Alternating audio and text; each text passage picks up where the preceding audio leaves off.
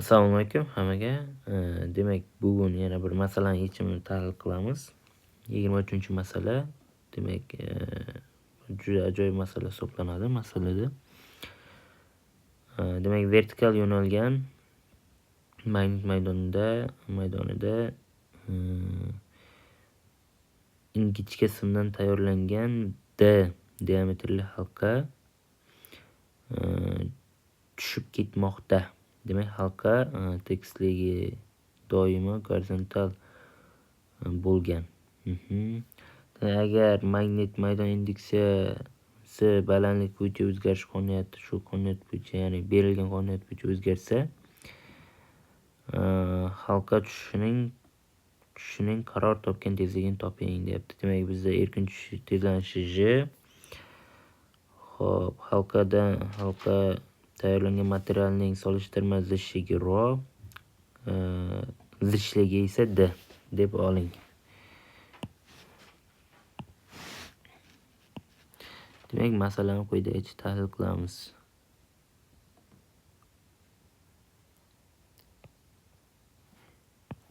Yigirma uchinchi masala.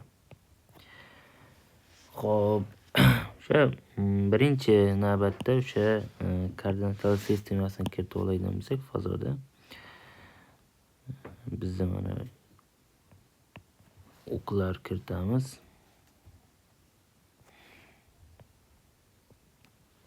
Z o'qini tepaga yo'naltiraman, X o'qi va Y o'qi. Mana bu yerda halqa joylashgan.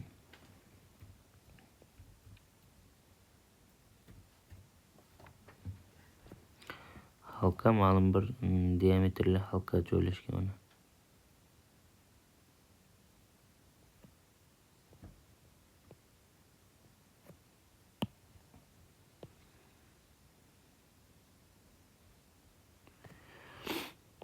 Xo'p, mana shu ma'lum bir diametrli halqa joylashgan. Endi mana bu halqani ifodalab oladigan bo'lsak,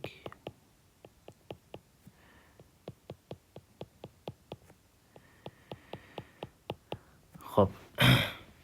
Demak, halqa ma'lum bir yuzaga ega, ma'lum bir radiusga ega, mana radius vektor ma'lum bir radiusga ega va ma'lum bir yuzaga ega. Demak, yuzasini S0 deydigan bo'lsam, qo'shimcha kiritib olamiz. Bizda o'zgarish qonuniyatlarini kiritaylik birinchi navbatda. O'zgarish qonuniyatimiz B. Demak, B barobar B0 1 plus alfa h o'rniga Z kiritaman. Chunki o'sha Z o'qi bo'yicha o'zgaryapti. Ta'sir qiluvchi kuch tepaga qarab kuch ta'sir qiladi. O'sha magnit maydon o'zgarish hisobiga qanaqadir Fm deb qo'yaman. Mana magnit maydon o'zgarish hisobiga kuch ta'sir qiladi. Pastga qarab albatta og'irlik kuch mg. Demak, pastga qarab harakat qilar ekan. Demak, pastga qarab qanaqadir v barqaror tezligini topishimiz kerak ekan. Yaxshi, demak, boshlaymiz hisob-kitobni. Demak, bunga ta'sir qiluvchi umumiy magnit maydon qanday yo'nalishini birinchi navbatda qarab chiqamiz. Magnit maydon yo'nalishi tasavvur qilaylik. O'sha Z o'qiga bog'liq holatda o'zgarishi bilan, ya'ni odatda bizlar mana bunday yo'nalgan bo'lsa, bir-biriga nisbatan parallel yo'nalgan bo'lsa, magnit kuch chiziqlari mana bir-biriga nisbatan parallel desak, buni bir jinsli deymiz. Bir jinsli magnit maydon deymiz. Endi bizda nima bo'lyapti? Magnit maydonimiz ham bir jinsli emas, qanaqadir bunday egrilangan ko'rinishga ega. Bunaqa egrilangan ko'rinishga ega.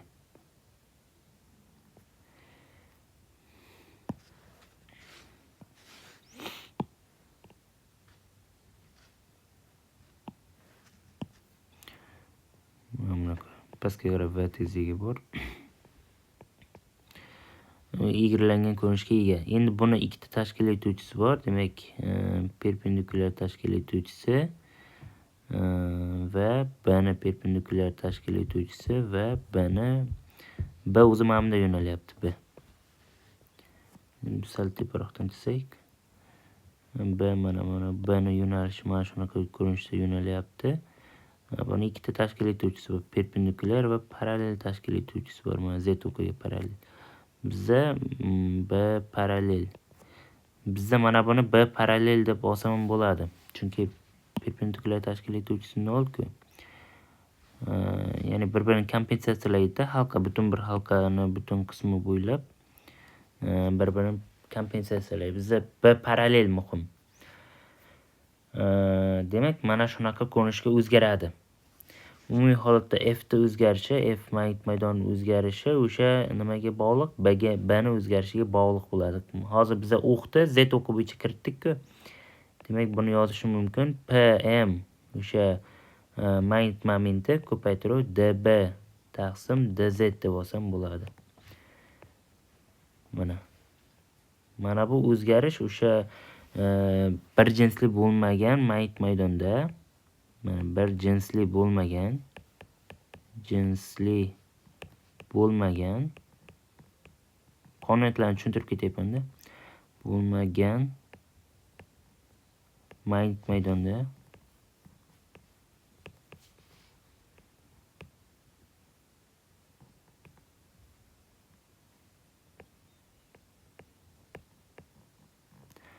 o'sha o'tkazgich yoki halqa desak ham bo'ladi. O'sha o'tkazgichga ta'sir qiluvchi kuch desak bo'ladi mana.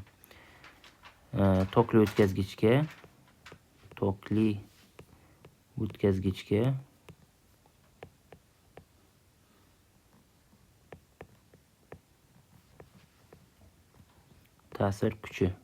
ta'sir qiluvchi kuch.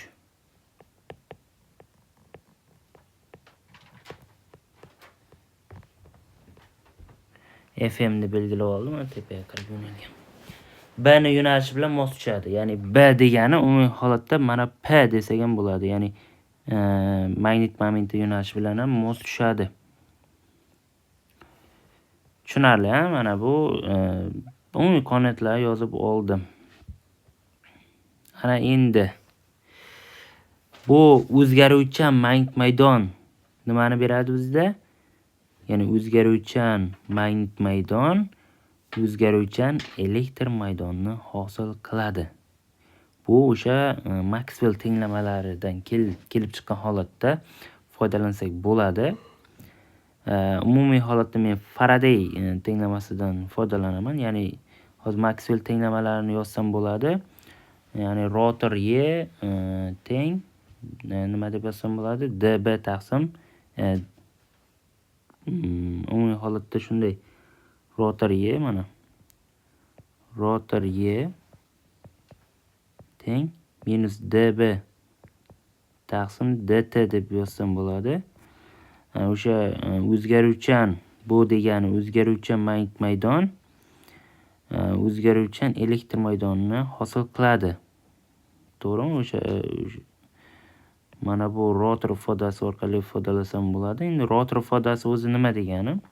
Biror bir kontur bo'yicha yoziladi. Mana rotor Y degani shunday kattalikki, bu kattalik o'sha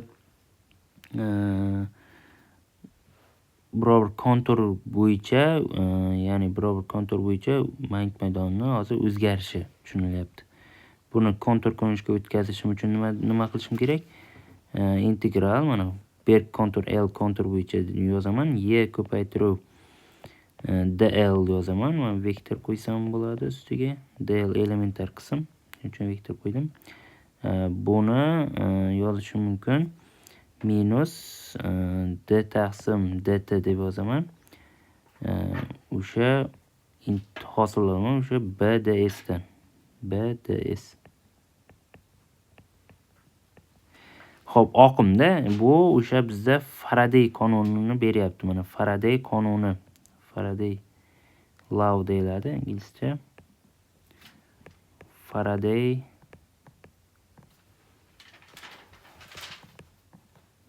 qonuni. O'sha Faraday qonuni Maxwell tenglamalaridan kelib chiqqan.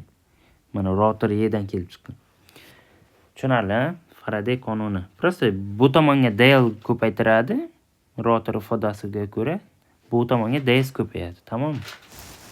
O'sha Faraday qonuni kelib chiqadi. Mana shundan foydalanamiz. Faraday qonunidan foydalanamiz bevosita. Hozir quyidagi ko'rinishda foydalasak bo'ladi. Xo'p. dl degani bizda butun bir halqa bo'yicha integrallaydigan bo'lsak, uzunlikni beradi. Demak, y ko'paytirib uzunlikni o'rniga 2p edi. Endi diametr berilyapti bizda masala shartida. Pd deyman. P ko'paytirib d. Mana bu l deb beradi-da. Bu teng. Xo'p. S konstanta oldinga chiqadi. S degani p d kvadrat taqsim 4 degani. P d kvadrat taqsim 4 db taqsim dt bo'ladi. db taqsim dt. Xo'p, endi db parallel qilib qo'y mana. Biz tepaga mana shu ifodani keltirib qo'yamiz. Bundan ko'rinib turibdiki,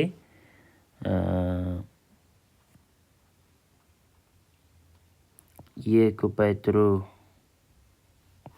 pd teng minus ishora bor oldida, minus pd kvadrat taqsim 4 keladi. S o'rniga qanaqadir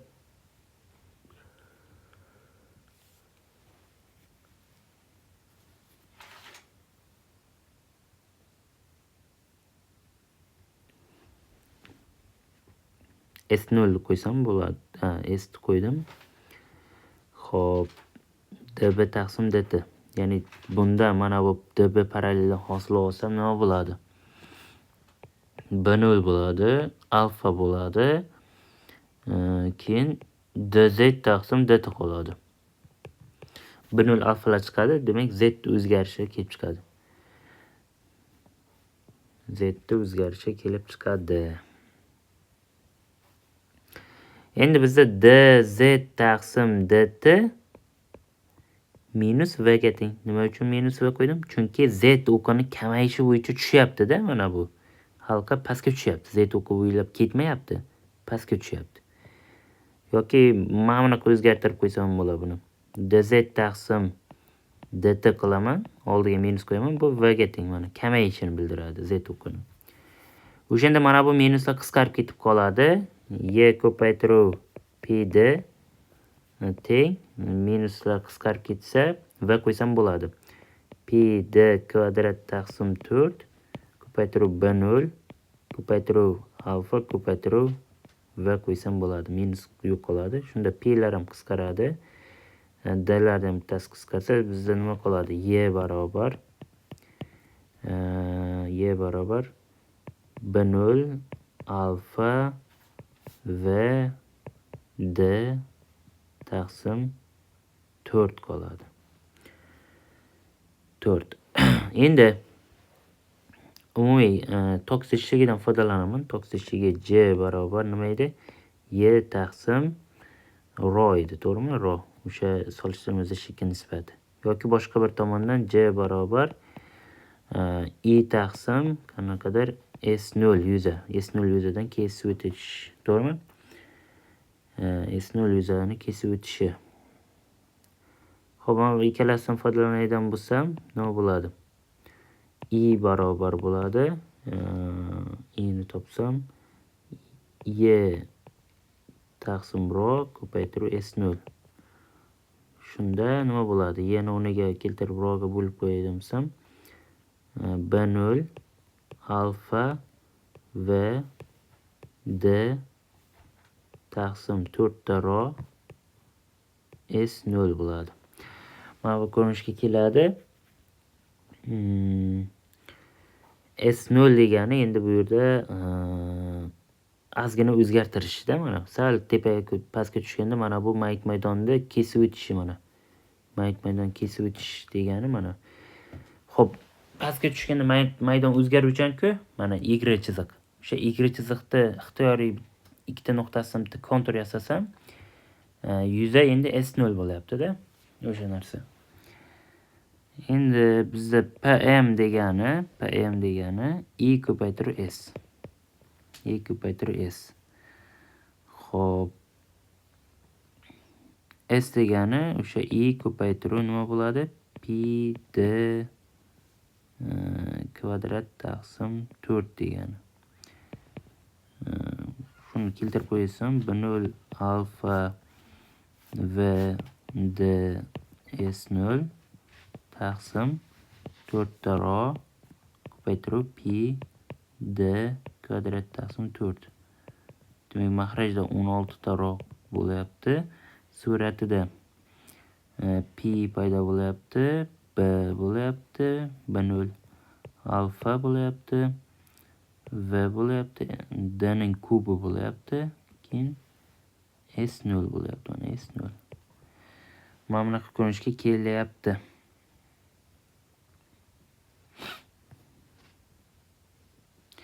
Xo'p, F da yozaydigan bo'lsam, F barobar tepada ifodani yozaman, PM DB taqsim DZ bo'ladi. DZ, DB parallel. O'sha DB parallelda mana bu tepadagi DB paralleldan Z bo'yicha hosil olsam nima bo'ladi?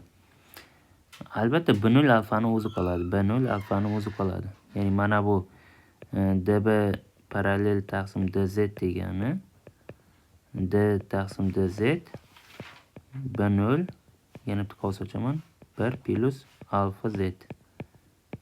Bu degani B0 ko'payadi. Demak B0 alfa qoladi Z bo'yicha hosil olsam. Endi buni olib kelib qo'yadigan PM da o'rniga ifoda bor. Shunda nima qoladi bizda? Demak, pi B0 kvadrati bo'lib ketadi. B0 kvadrati alfa kvadrat bo'lib ketadi. Va D ning kubi S0 taqsim 16 ta ro ko'rinishga kelyapti. 16 ta ro.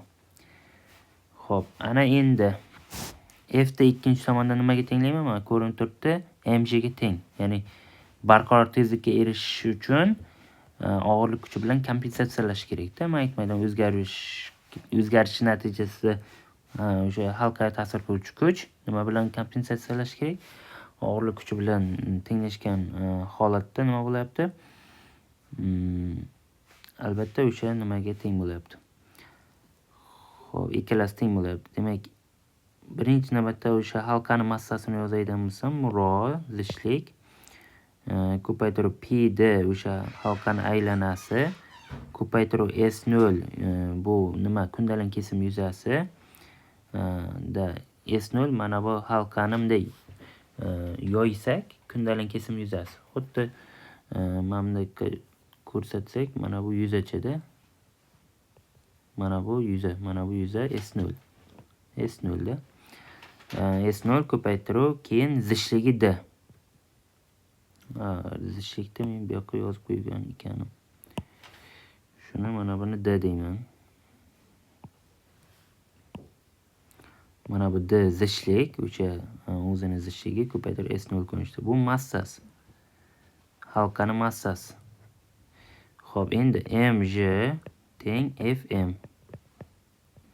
Ifodalansam bo'ladimi shundan? Bo'ladi albatta. Demak, D ko'paytiruv S0 ko'paytiruv PD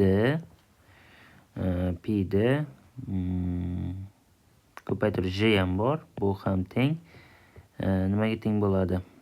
PM F o'rniga P B0 kvadrat alfa kvadrat va D ning kubi S0 o'sha halqani kundalin kesim yuzasi 16 ta roni keltirib qo'ysam bo'ladi. Xo'p, bu tenglikdan foydalanib V ni barqaror tezlikda topadigan bo'lsam, 16 ta ro D ko'paytiruv J taqsim alfa kvadrat B0 kvadrat D kvadrat ko'rinishga keladi. D kvadrat. Demak, masala yechildi. O'sha bu xalqaro saralashga ham tavsiya qilingan masalalar ro'yxatiga kiradi.